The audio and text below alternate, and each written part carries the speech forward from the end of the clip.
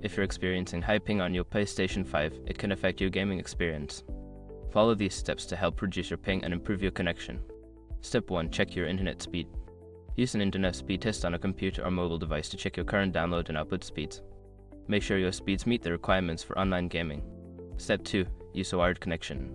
Connect your PlayStation 5 directly to your router using an Ethernet cable. A wired connection is generally more stable and faster than Wi-Fi, which can help reduce ping. Step 3. Optimize your network settings.